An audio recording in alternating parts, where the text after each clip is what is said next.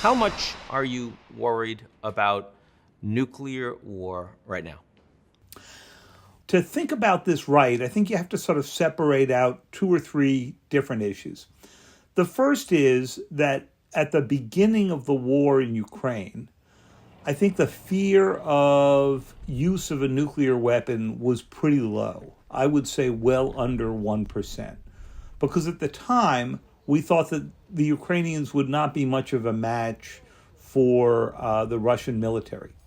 We've now discovered we had that completely wrong, and that the Ukrainians were quite a match. And at this point, Putin really only has the choice of using some of his extraordinary weapons if he is going to try to fulfill a larger victory, if you could call that a victory.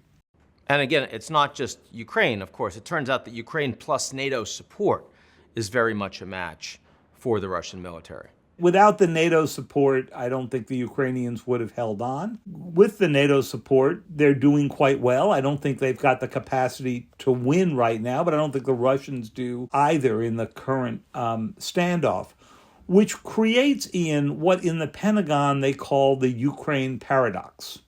And the Ukraine paradox is that the more successful the Ukrainians are, the more likely it is that Putin will consider using cyber, chemical, biological, or nuclear.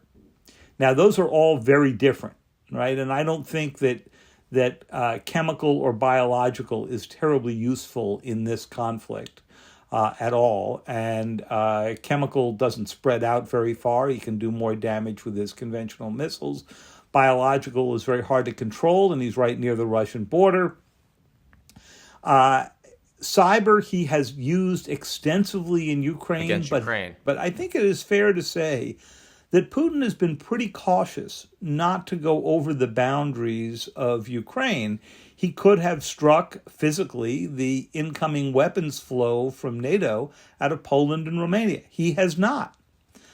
He could have gone after Bank of America and Citigroup and others in retaliation for the devastating economic sanctions on and export controls on Russia. He has not.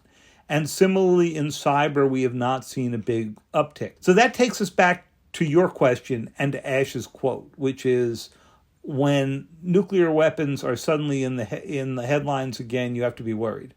And I do think we have to be worried, because the people inside the U.S. government who I speak to, while they still think the chances of use are remote, they think they are far greater than they were when the war began in late February.